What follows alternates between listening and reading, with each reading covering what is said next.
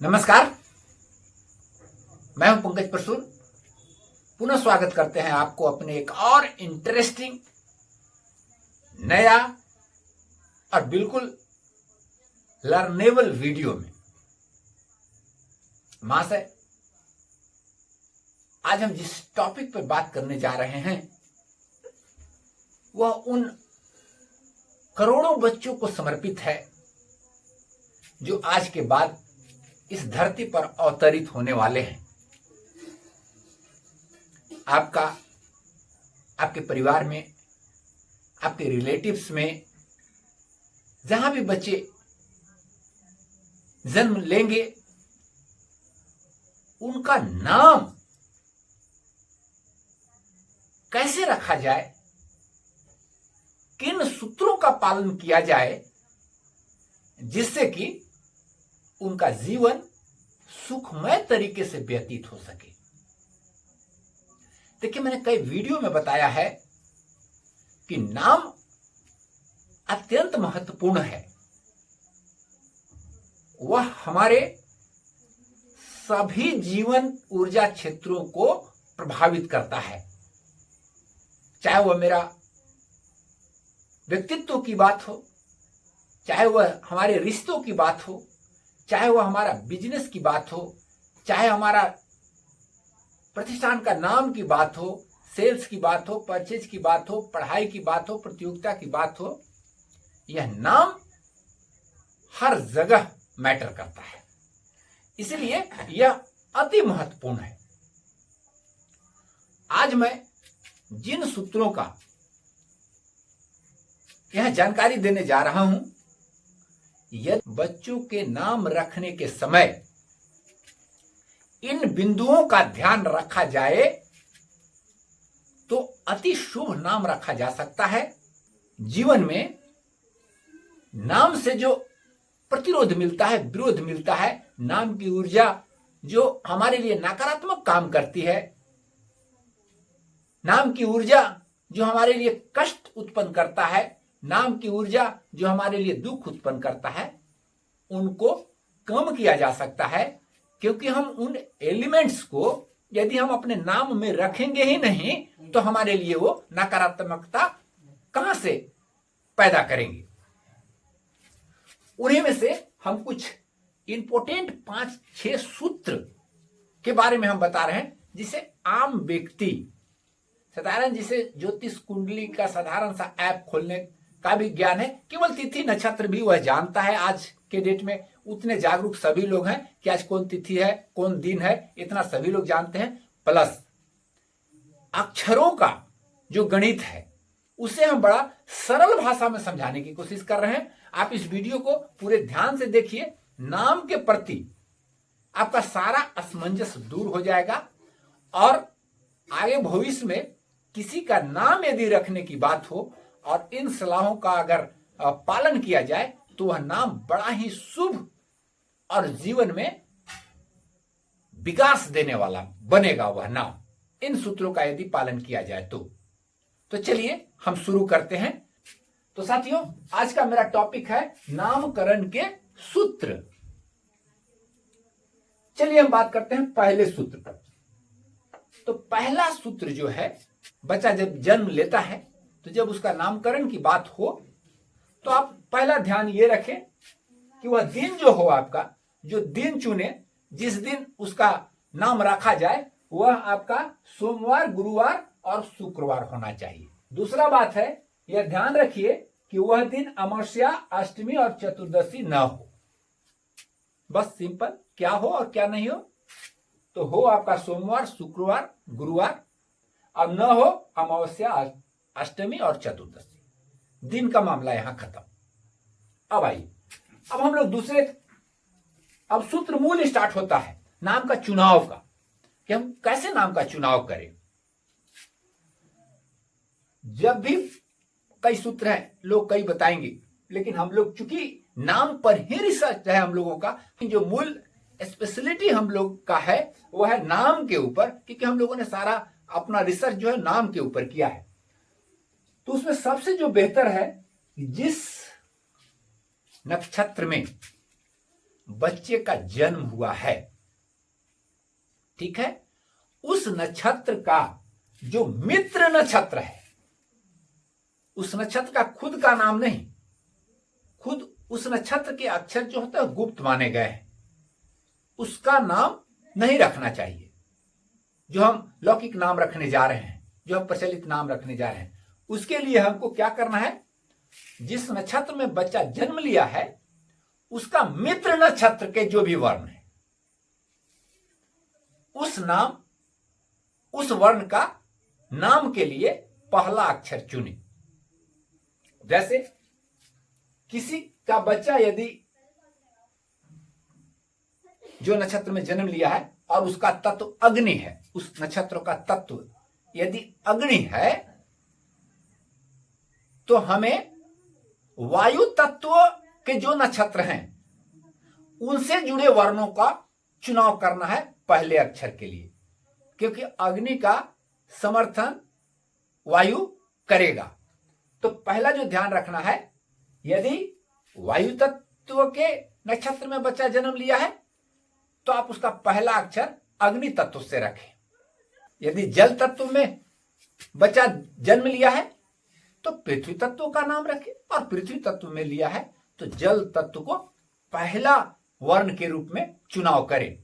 वैसे वर्ण जो मित्र तत्व के हों, चाहे वह स्वर हो या व्यंजन हो। चलिए, तो ये दूसरा सूत्र हुआ। तीसरा सूत्र जो है, अब हमने नाम रख दिया कोई भी अक्षर, मान के चलिए कि हमने देखा और च अक्षर रख दिया। मान लीजिए कि हमने च अक्षर का चुनाव किया कि इस बच्चे का नाम जो हो वो च अक्षर से शुरू होना चाहिए।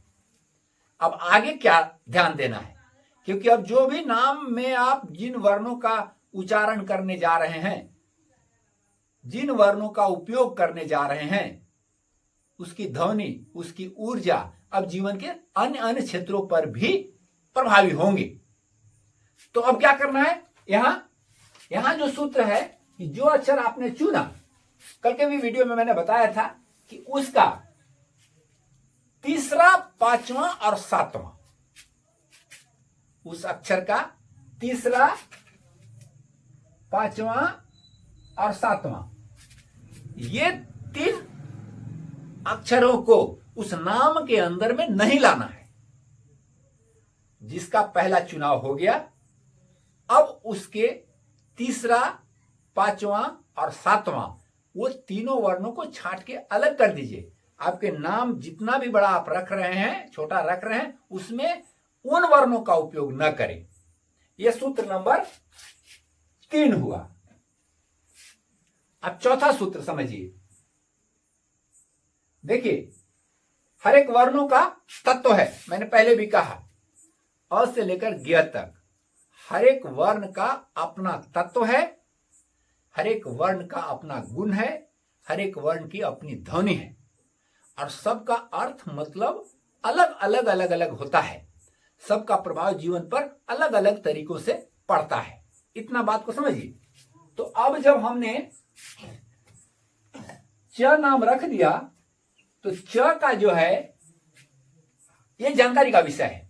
हम धीरे धीरे शॉर्ट वीडियो में सभी वर्णों के बारे में बताएंगे, एक एक वर्ण की जानकारी हम इस वीडियो में देंगे। इसलिए मैं बार बार कहता हूं कि वीडियो को लाइक कीजिए और चैनल को सब्सक्राइब करके रखिए, क्योंकि यहां बिल्कुल नई जानकारी आपको मिलेगी। तो सभी हमारे पास सूची है कि किस वर्ण का कौन सा तत्व है। अभी हम लोगों ने उदाहरण च का लिया है, तो च का जो तत्व होता है वो होता है अग्नि तत्व है। तो जब हमने तय कर लिया कि अब हमको च रखना है, च से नाम की शुरुआत करनी है, तो हमको इसके तत्व का जो शत्रु वर्ण है, च का जो शत्रु वर्ण है, उसको हमें इस नाम में शामिल नहीं करना है। उदाहरण के लिए मैं यह दिया हूं, च का जो शत्रु वर्ण होता है अग्नि तत्व, यानी कि जल तत्व के जितने भी वर्ण हैं वो इसके लिए शत्रु होंगे। तो हमको ऐसी स्थिति में उ, ए, औ, घ, ज,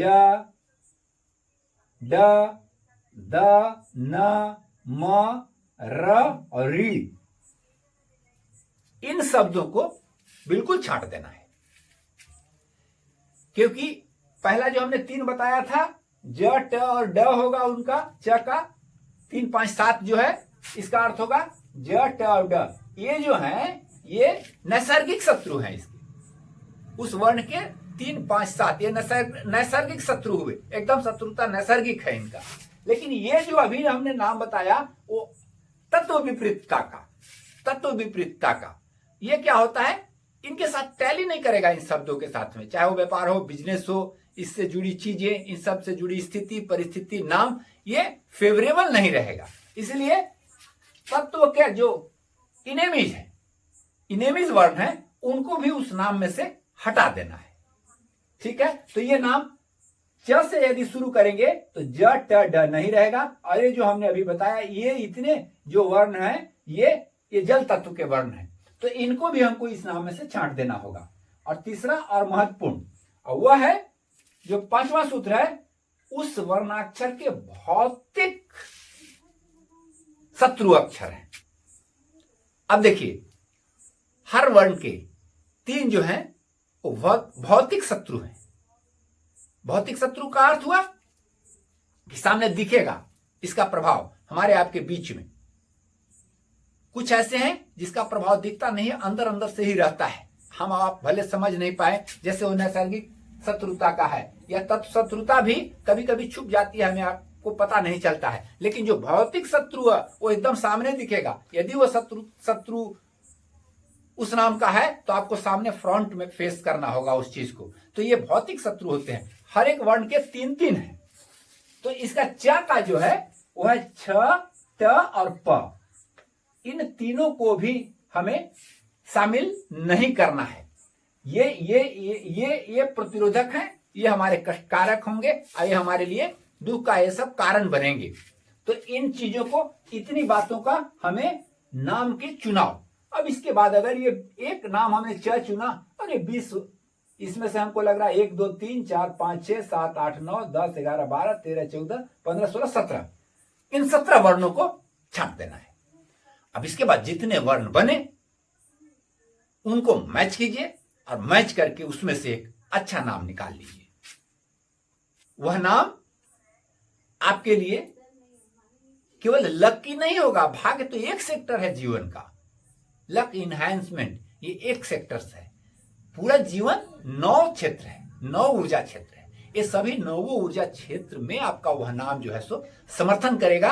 आपको किसी तरह का नेम चेंज, रिमेडीज या अन्य चीजों की आवश्यकता नहीं पड़ेगी।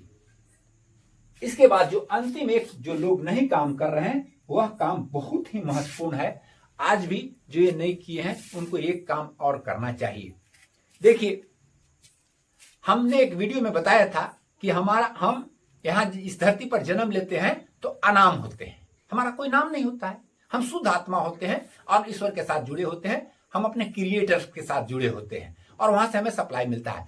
अब हमने जब नाम चेंज किया है तो उसकी सूचना हम वहां पहुंचाएंगे कि नहीं, यह अति महत्वपूर्ण काम है। एक छोटा काम परंतु बहुत ही महत्वपूर्ण है कि हम अपने नाम, अब हम पोस्ट ऑफिस में, हमारा आज के डेट में यहाँ सब चीज आ रहा है एड्रेस पे, और अचानक हम यदि एड्रेस को चेंज करते हैं तो हमको तो पोस्ट ऑफिस को सूचना देना पड़ेगा। बहुत व्यवहारिक सी बात है।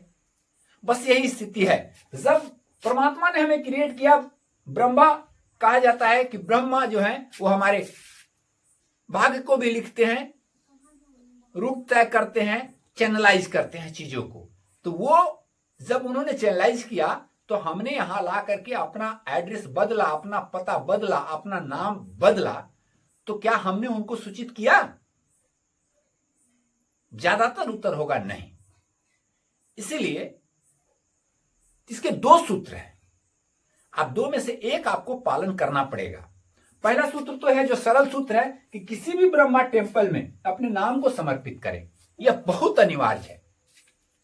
जैसे पुष्कर है, और भी है बहुत, कुंभकोणम में ब्रह्मपुरेश्वर टेम्पल है, जहां तो लोग अपना नाम को समर्पित करते हैं, कुंडली को भी समर्पित करते हैं, जिनको जानकारी है वो।